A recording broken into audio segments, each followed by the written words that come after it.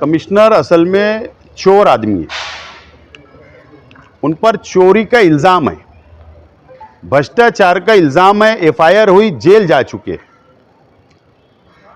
Commissioner अगर कोई दूध का धोया हुआ रहता है, ईमानदार होता, तो मैं मेरी बात वापस ले सकता था। लेकिन आज दोबारा बोल रहा हूं कि अगर कमिश्नर ईमानदार है तो मीडिया के सामने अंडरग्राउंड ड्रेनेज का चारों टेंडर ओपन करना और किसका कितना आबो आया है, जो सबसे ज्यादा आबो आया है वो उसका तुम लोग हिसाब मार लेना। अगर 100 करोड़ से ज्यादा आबो टेंडर निकलेगा, 100 करोड़ कारपोरेशन का नुकसान होगा। मैं चैलेंज से बोलता हूं, असल में नीयत में खोट है। और वो बोलते हैं ना कि मैंने ऐसी नस के ऊपर हाथ रखा हूं कि वो बहुत दर्द हो रहा है, और यही दर्द कमिश्नर का छलक पड़ा, अपनी जबान से बाहर निकलना पड़ा।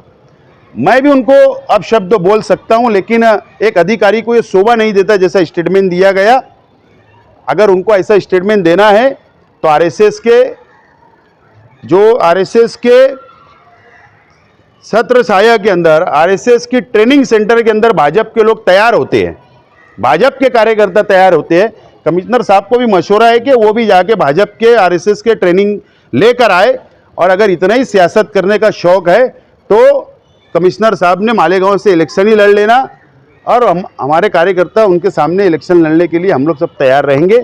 लेकिन सियासी स्टेटमेंट देकर अगर वो सोचे मैं छुप जाऊंगा, तो देखो चोरी किसी की छुपती नहीं है। जो आदमी ने बदलापुर में चोरी किया है, भ्रष्टाचार किया है, वो चोरी बोला जाएगा। आज तक भी केस चल रहे। बिल्कुल, अगर शेख आसिफ, शेख रशीद के खिलाफ में कमिश्नर के पास अगर कुछ मटेरियल होगा तो उन्होंने भी मेरे खिलाफ में ईडी तक, सीबीआई तक, एनआईए तक, जहाँ जहाँ उनको जाने वो जाइए, उसके लिए वेलकम। मैं लड़ाई हर लड़ने के लिए बिल्कुल तैयार रहता हूँ, और मैं आज भी उनके चैलेंज को कबूल करता हूँ। दूसरी बात, उन्होंने हमारे एक बोले बाजू में बैठ के 10 बच्चे पैदा करने वाले हैं, वो ऐसे लोग की कार्रवाई कौन करेगा? वो तो कोर्ट फैसला करेंगी कि किसके 10 बच्चे हैं, किसके 12 बच्चे, किसके 2 बच्चे। इनको अधिकार नहीं है। लेकिन ज्यादा बच्चे कौन पैदा कर सकता है, कमिश्नर साहब के बस की बात नहीं।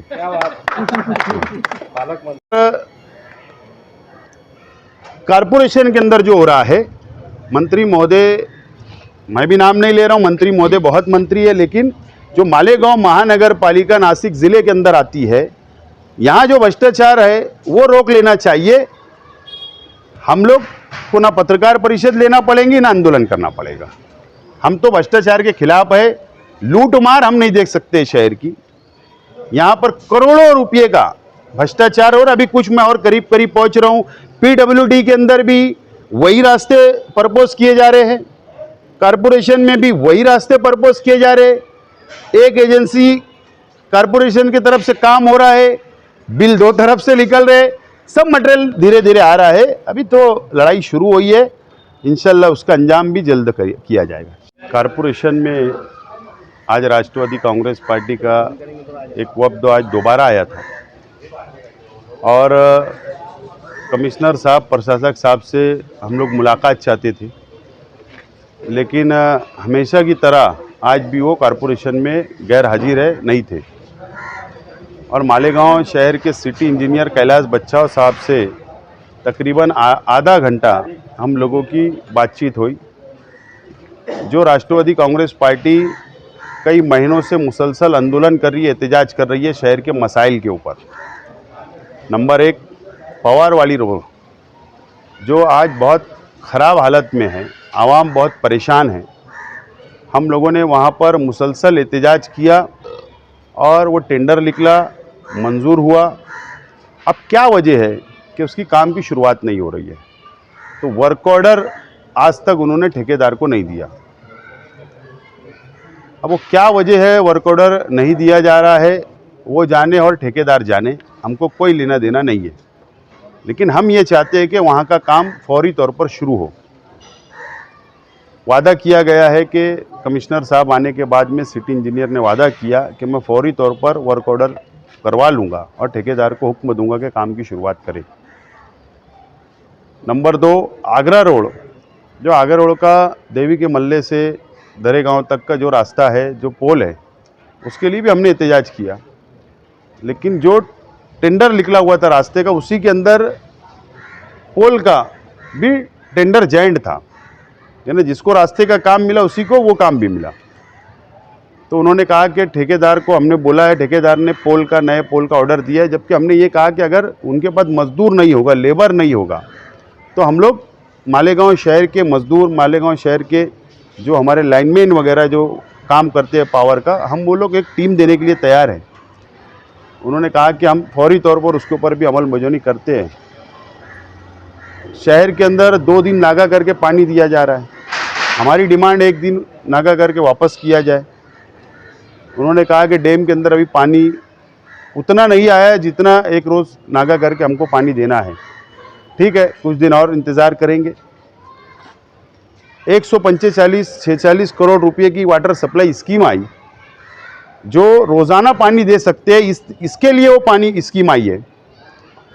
उसके अंदर कुछ पानी की टंकियां भी है, पाइपलाइन भी है। 3 महीने से ज़्यादा हो गया, प्रशासन की मंजूरी मिली, मंजूरी आ गई, टेंडर कॉल नहीं हो रहा है। क्या वजह है? क्या ये ठेकेदार की तलाश में है कि उसको भी मैनेज करके आबो टेंडर देने की प्लानिंग है? उसके ऊपर भी बहस हुई।